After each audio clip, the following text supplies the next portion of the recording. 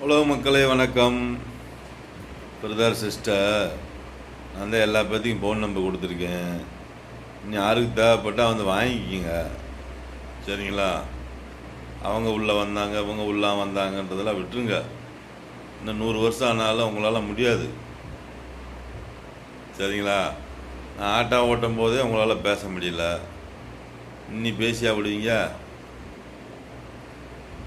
சொல்லுங்கள் brother, sister. பொதுமக்களாக auto ஓட்டிக்கிருந்தேன். அப்போயே உங்களால் பேச முடியல என்கிட்ட. இன்னும் எப்படி பேச முடியும் உங்களால்? கொஞ்சமாச்சும் யோசிக்க மாட்டீங்களா? சொல்லுங்கள். எல்லா பேரும் கெட்டவங்க தான், எல்லா பேரும் நல்லவங்க தான், சரிங்களா?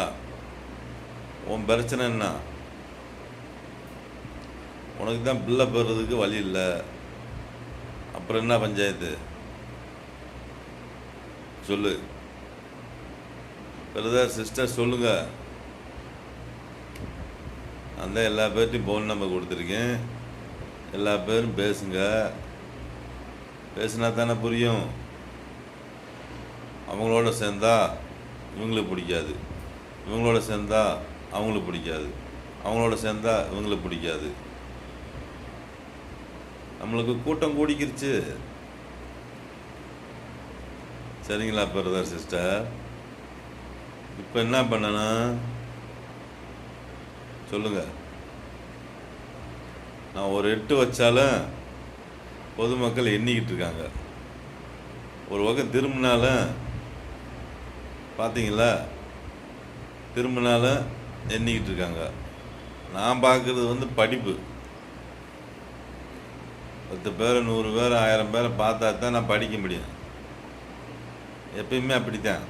நீங்கள் பார்க்குற பார்வை வேறு, நான் பார்க்குற பார்வை வேறு, சரிங்களா? நீங்கள் கெட்டணத்தில் பார்க்குறேன்னு நினச்சிருக்கலாம், ஆனால் எனக்குன்ற ஒரு பார்வை தனியாக இருக்குது.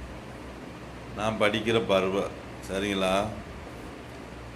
நான் எத்தனை 8 வைக்கிறேன், நான் என்னென்ன பண்ணுறேன். சில பேரெல்லாம் என்னுடைய வரலாறு எழுதி வச்சுருக்காங்க, நான் செஞ்சதை போகிறோம், சரிங்களா? அது ஒரு கூட்டம் இருக்குது, சரிங்களா மக்களே? நான் என்னென்ன பண்ணுறேன், என்னென்ன செய்கிறேன், எத்தனை கிலோமீட்டர் போகிறேன், எவ்வளோ நடக்கிறேன், எத்தனை இடத்துல நிற்கிறேன், எல்லாமே மக்கள் பார்த்துக்கிட்டு இருக்காங்களா? என்னால் ஒன்றும் செய்ய முடியாது, சரிங்களா? முடிஞ்சால் பேசு. நான் தான் சொல்லிட்டேன், எல்லா பேரும் நல்லவங்க, எல்லா பேரும் கெட்டவங்கன்ட்டேன். உங்களுக்கு திறமை இருந்தால் வந்து பேசிக்க.